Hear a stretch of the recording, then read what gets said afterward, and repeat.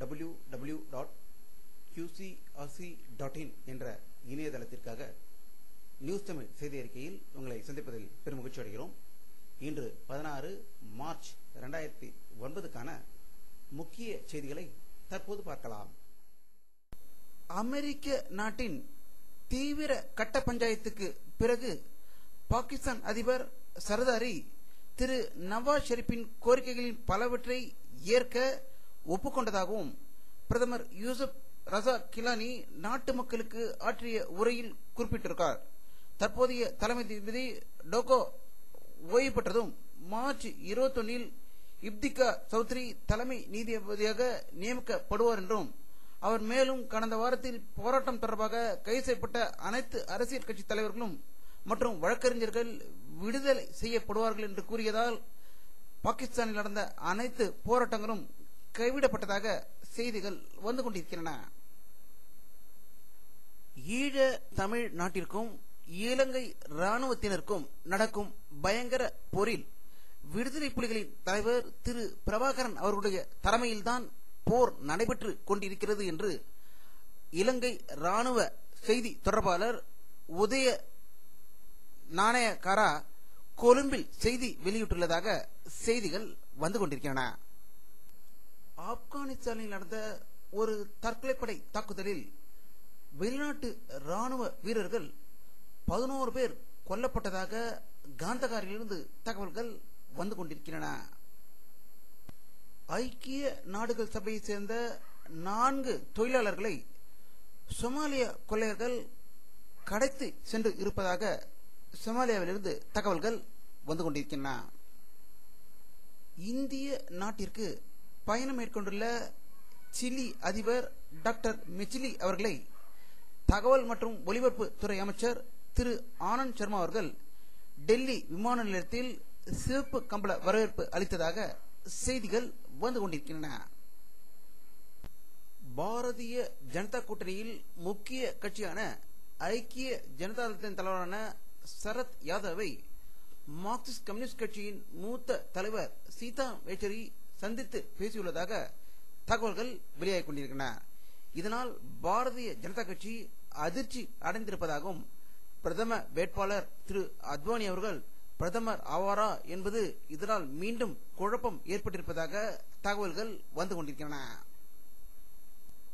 இந்தியாவை ஆண்டு கொண்டிருக்கும் காங்கிரஸ் கட்சி மீது திடீர் குண்டை தூக்கி போட்டிருக்கிறார் குஜராத் முதல்வர் திரு நரேந்திர மோடி அவர்கள். மகாராஷ்டிரா மாநிலத்தில் தன்னுடைய கட்சி பிரச்சாரத்தை தொடங்கி வைத்து பேசுகையில் மத்திய அரசின் கஜானாவிலிருந்து 50,000 கோடி கணக்கில் காட்டப்படாமல் காணாமல் போயுள்ளதாகவும் இந்திய கணக்கு தணிக்கை குழு அறிக்கை தெரிவித்திருப்பதாக குஜராத் முதல்வர் நரேந்திர மோடி குற்றச்சாட்டியுள்ளதாக செய்திகள் வந்து கொண்டிருக்கின்றன. மார்க்சிஸ்ட் கட்சியின் தேர்தல் அறிக்கை இன்று டெல்லியில் வெளியிடப்பட்டது.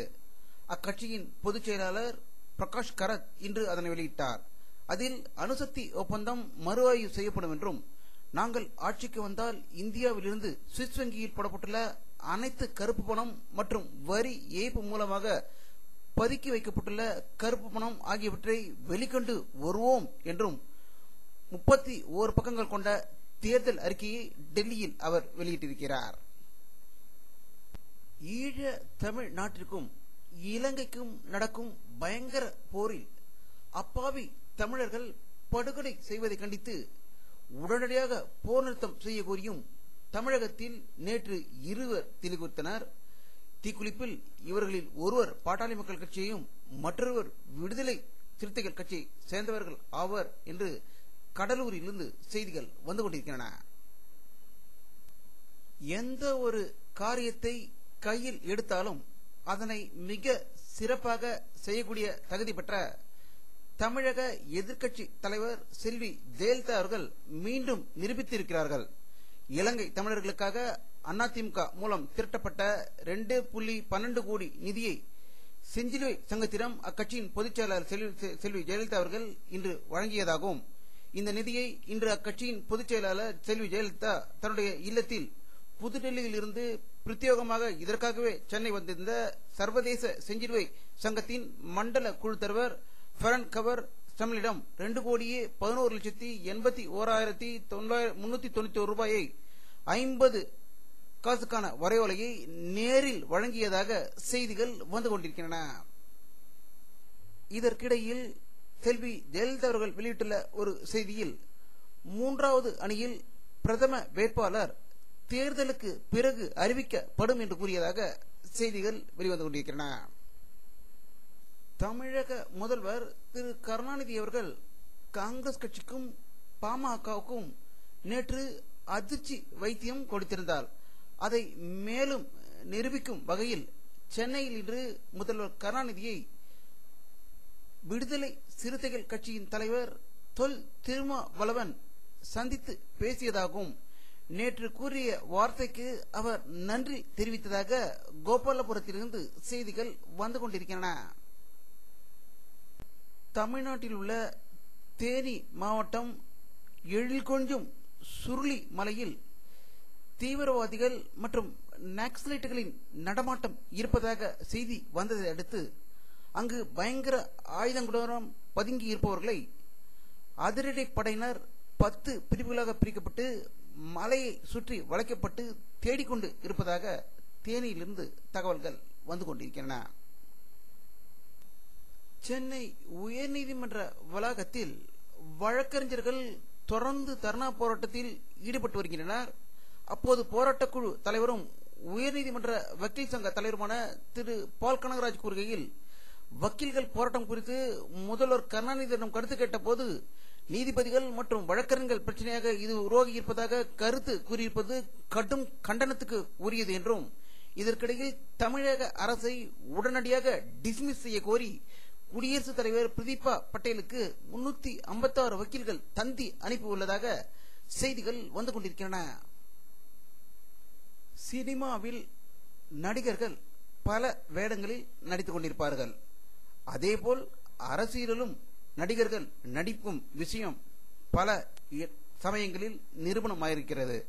அதேபோல நடிகரும் முன்னாள் எம்எல்ஏவுமான திரு ராதா ரவி அவர்கள் இன்று மாலை 5 மணியில் அளவில் தமிழக முதல்வர் கருணாநிதி அவர்களை அவரது இல்லத்தில் சந்தித்து பின்பு நிருபர்களிடம் பேசியில், அதிமுகவில் தனக்கு உரிய மரியாதை தரப்படவில்லை என்றும் திமுகவில் இணைய இருப்பதாகவும் செய்தி வெளியிட்டுள்ளதாக தகவல்கள் வந்து கொண்டிருக்கின்றன.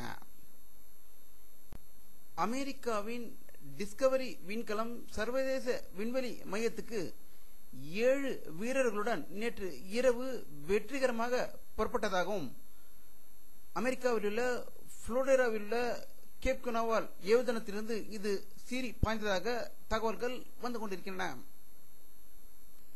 வானிலை அறிக்கை 16 மார்ச் 2009 பிற்பகல் 2 மணியில் எடுக்கப்பட்ட சேட்டலைட் புகைப்படத்தை தற்போது பார்த்துக் கொண்டிருக்கிறீர்கள். தமிழகத்தில் மேகமூட்டம் எதுவும் தெரியவில்லை. ஸ்ரீலங்காவில் தென்பகுதியில் ஒரு மேகமூட்டம் இருப்பது தெரிகிறது. தமிழகத்தில் மழை பெய்வதற்கான வாய்ப்பு இல்லை என்பதே இந்த படத்தின் மூலம் தெரிகிறது.